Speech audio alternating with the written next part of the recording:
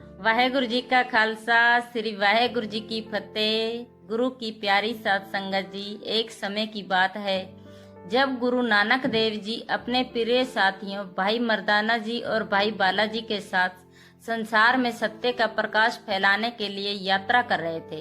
वह जहाँ भी जाते लोगों को सच्चाई, विनम्रता और परमात्मा की महिमा का उपदेश देते। एक दिन वे एक ऐसे अजीब स्थान पर पहुंचे जहाँ की धरती काली थी और चारों ओर घने पेड़ और वातावरण में एक अनजाना डर महसूस होता था।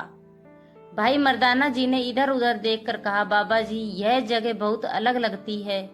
मेरे मन में तो अजीब सा भय उत्पन्न हो रहा है, जैसे यहाँ कुछ रहस्यमयी बात हो। गुरु जी मुस्कुराए और बोले, मर्दान्या, इस संसार में केवल बड़े बड़े राजाओं का ही राज नहीं होता। गुरु जी ने आगे कहा, कई बार परमात्मा अपनी लीला इस प्रकार दिखाता है कि एक छोटा सा जीव भी बड़े बड़े को परास्त कर सकता है।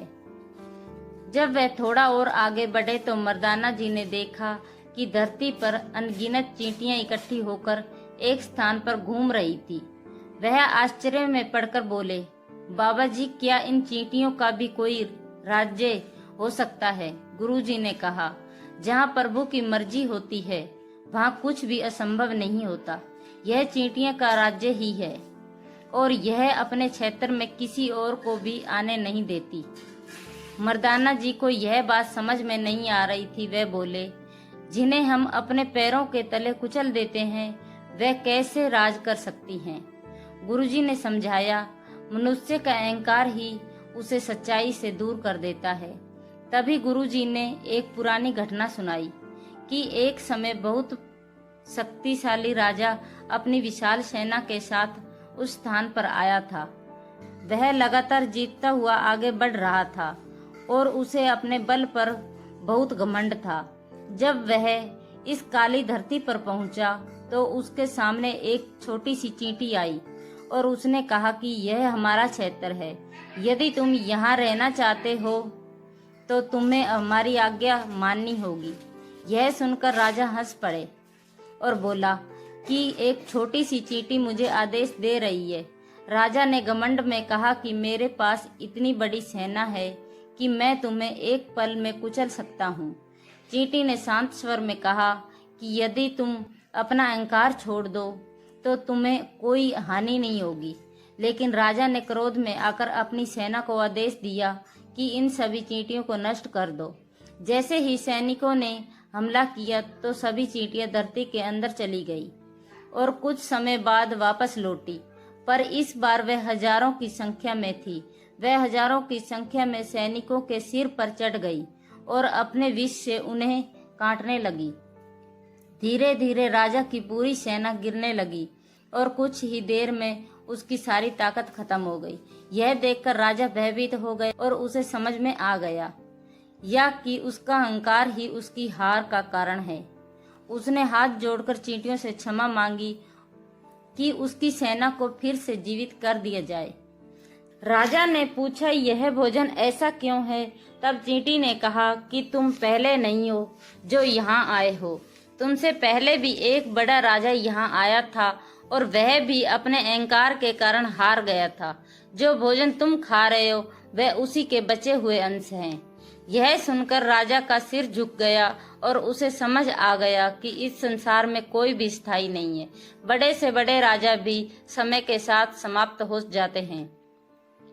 यह सब सुनकर मर्दाना जी के मन में आश्चर्य और भय दोनों उत्पन्न हुए।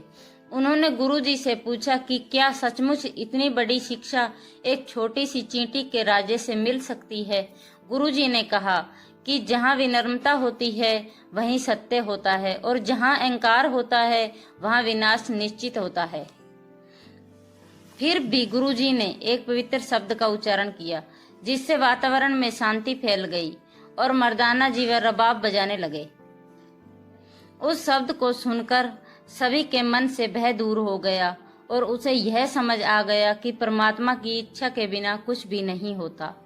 जब वह जहाँ से लौटने लगे तो मर्दाना जी के मन में भी अभी एक प्रश्न चल रहा था कि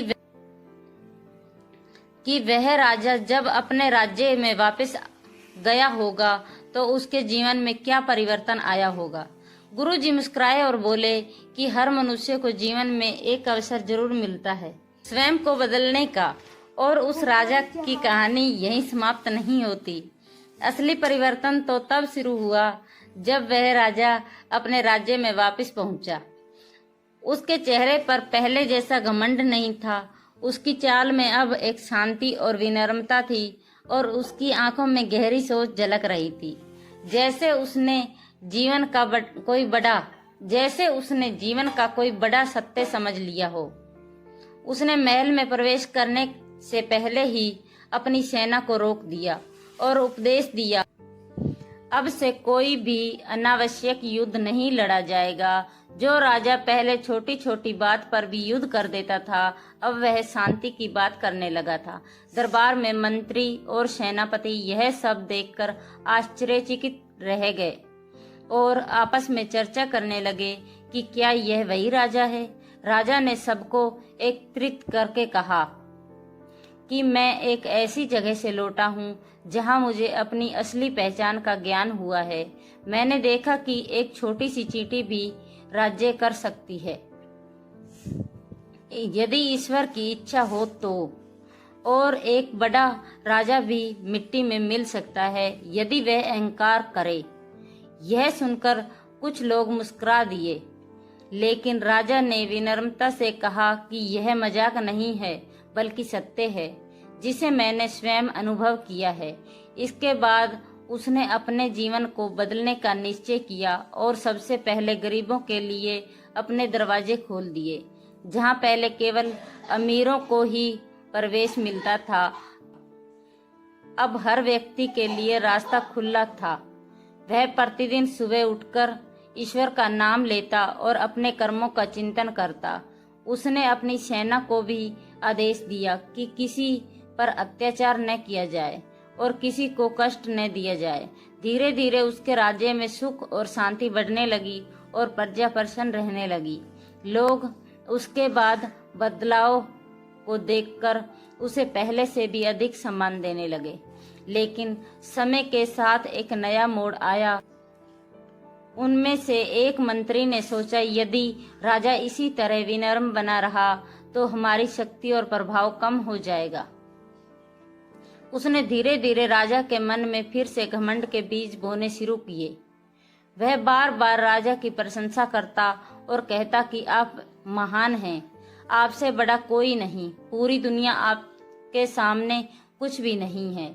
शुरुआत में राजा इन बातों को अनदेखा करता रहा, लेकिन धीरे धीरे उसके मन में फिर से पुरानी भावनाएं जागने लगी। एक दिन वह महल की ऊंची छत पर खड़ा होकर अपने विशाल राज्य को देख रहा था। दूर दूर तक फैली हुई धरती, बड़े बड़े महल, सेना की कतारें और खुशहाल नगर देखकर उसके मन में एक विचार आया, यह सब मेरा है और मैं सबसे शक्तिशाली हूँ। लेकिन उसी क्षण उसे अचानक वह घटना याद आ गई जब उसकी पूरी सेना चींटियों के सामने हार गई थी। यह सोचते ही उसका शरीर कांप उठा। उसके मन में वह दृश्य फिर से उभर आया जब एक छोटी सी चींटी ने उसके अहंकार को तोड़ दिया था और उसकी विशाल सेना को कुछ ही क्षणों में हार गई थी। राजा ने तुरंत अपना सिर झुका लिया। उसे समझ आ गया कि यदि उसने फिर से अहंकार को अपनाया तो उसका अंत भी वैसा ही हो सकता है।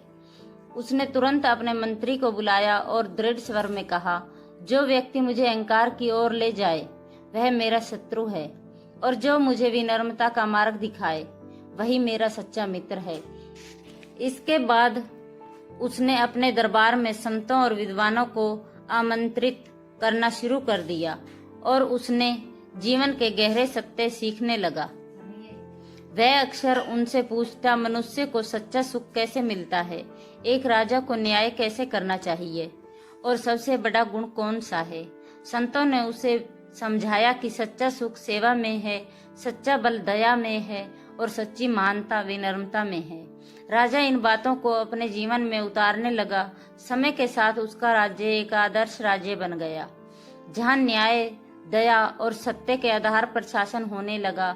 राजा अब केवल अपने महल में बैठकर आदेश देने वाला शासक नहीं रहा, वह स्वयं लोगों के बीच जाता, उनकी समस्याएं सुनता और उनका समाधान करता। धीरे धीरे प्रजा के मन में उसके लिए गहरा सम्मान पैदा हो गया। लोग उसे केवल एक राजा नहीं बल्कि एक सेवक के रूप में देखने लगे।